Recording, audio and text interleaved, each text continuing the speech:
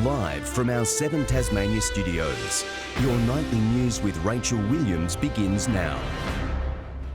Good evening, everyone. Tasmania has recorded its third coronavirus fatality in 3 days after the death of a man at the Mersey Community Hospital. However, just one new case of the virus was detected overnight, with hundreds more undergoing tests today. Our reporter Sean McComish has more. More than 450 Tasmanians were expected to undergo coronavirus tests at sites across the state.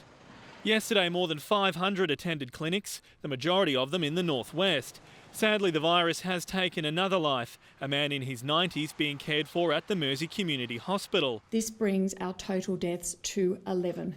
10 of these are in the northwest of the state. Overnight, just one case was detected, a healthcare worker also from the Mersey. He had been working in the COVID positive ward. Authorities say he had limited contact with others. This healthcare worker took themselves off work as soon as they had symptoms, which is exactly what we expect healthcare workers to do. Many of the 5,000 people quarantined in the northwest will be allowed to leave today. Those returning to work at hospitals will need to be tested again. The region is facing another week of tough restrictions. I know that this has been a very stressful situation, and I'd like to thank the broader northwest community. Labor is calling for a bigger net to catch cases in the community by trialling testing stations at spots like supermarkets. Meanwhile, Public Health Services have finished an interim report on the outbreak. It will be shared internally. 123 people have now recovered and are out of isolation. 13 remain in hospital, 1 is in intensive care. Tasmania could be facing a different kind of flu season this year as the statewide shutdown keeps communities from socialising as normal. Vaccinations are starting to trickle down, with medical professionals saying they're busier than ever distributing hundreds of thousands of doses of the injection. Whether they get it from a drive-through clinic, a pharmacist or a GP, Tasmanians are lining up to get their flu vaccination.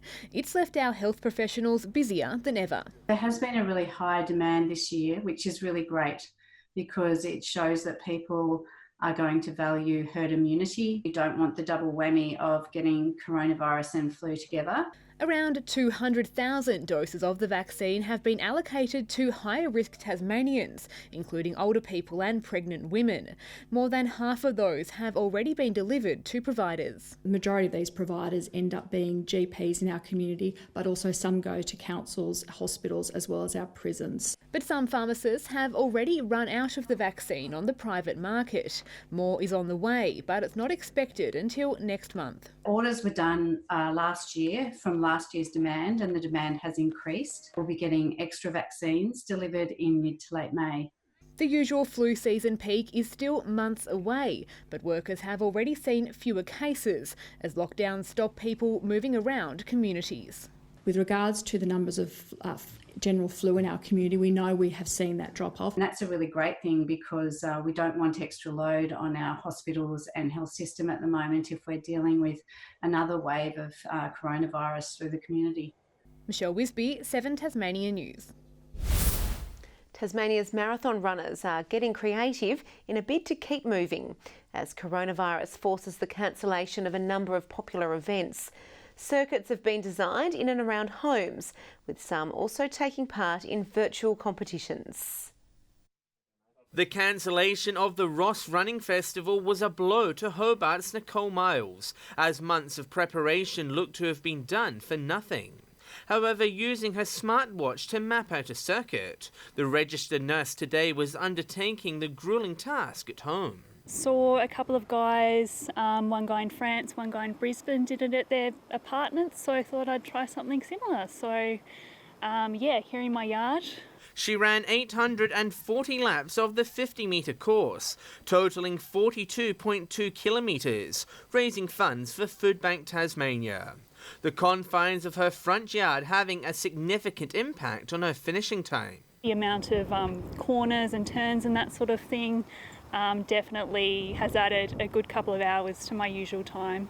I thought it was pretty crazy initially, but I I know what Nicole's like, and she's very motivated when she puts her mind towards something. At Invermay, David Campbell was pounding the pavement around his local neighbourhood.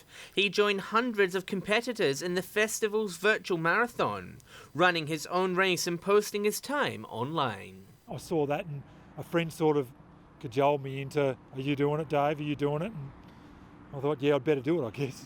David finishing in just under 4 hours. And while he tried to make his course as close to the real thing as possible, he admits he can't wait to return to Ross. A great community down there. We'll be able to have the world famous scallop pies and vanilla slices afterwards next year, so certainly worth going there for. John Hunt, 7 Tasmania News. The coronavirus hasn't stopped a Tasmanian resident from marking a special birthday milestone. Dorothy Banks turned 100 today, holding a quiet celebration at her Newtown home this morning. The former librarian was originally planning a party at the Royal Yacht Club of Tasmania, but it was cancelled due to the pandemic. She wasn't alone on her special day though, with family from as far away as the United States calling in to wish her a happy birthday. To hear from so many in different parts of the world, it's just amazing. I haven't ever had such a lot of fuss taken of me. She says the secret to a long life is healthy eating and exercising.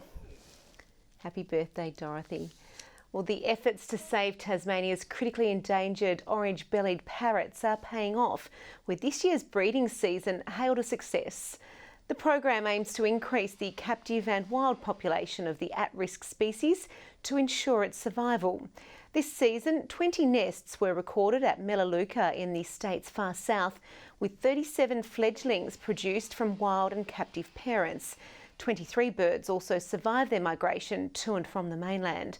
Planning for next year has already started, with hopes the population will be bolstered once again. Staying at home during the COVID crisis might be a struggle for some children, but now there's an online resource to help them cope. Organisers of the My Turn program have created 10 online lessons. The plans use a driving metaphor to teach kids there's no wrong way to feel. The idea of that is that kids are, gaining permission to be on either road. So they're understanding that there's no right or wrong roads. Every emotion's okay, which of course is really crucial given what's happening right now. The lessons are available on Facebook and YouTube. Good evening. 16 degrees today in Hobart. Launceston had a top of 17, with 16 degrees also in Burnie and Devonport. Around the state, 20 degrees was the top temperature at Eddystone Point, 19 for St Helens, 17 at Cressy, Fingal and on Flinders Island, 16 for Scottsdale, Wynyard and Campania, 15 degrees for Low Head and King Island, with 14 for Strawn. On the charts, there's low speckled cloud covering most of Tasmania today. Further out, a band of mid and high level cloud crosses the southeast of the continent, with cold, unstable activity extending across the state and southern parts, and convective cloud visible over Queensland, but mostly cloud free elsewhere. Tomorrow, a cold front clips the south of Tasmania. A high moves southeast of the mainland with multiple lows over WA. West to northwesterly winds 20 to 30 knots, increasing to 30 to 40 knots about the south early on. Northwesterly winds in the evening with seas mostly to 3 metres, reaching 4 about the south and the west. There's a severe weather warning current for damaging winds tomorrow morning in the south, a gale warning for southern and western coastal waters, and a strong wind warning for all remaining coastal waters and southeast, southwest and central inshore lakes. Showers tomorrow in the south, 18 for Hobart, 16 for Dover and Ouse. Cloudy in Launceston, 18, 17 for Devonport, showers and 16 for Scottsdale. Possible showers for Burnie and Stanley, 17 degrees, 16 for Strawn. A sunny day and 18 degrees for St Helens and Swansea, with 16 the top at Ross. Tuesday brings showers about the north and the west, clearing early on, otherwise a fine day. Showers in the north and the west extending statewide on Wednesday, with similar conditions expected on Thursday, just a little clearer throughout the north. Around Australia tomorrow, 24 and sunny for Perth. 20 degrees in Adelaide, Melbourne 18 and sunny, showers for Sydney 23 with 29 degrees and a sunny day in Brisbane. And Rach, it's a mostly clear night tonight, 11 degrees in Hobart, Launceston and Devonport. Good luck playing the teacher tomorrow, you might need it. I think I will need it indeed. Thank you very much for that, Sam. Well, that's all your news for now. Thanks for joining us. Good night.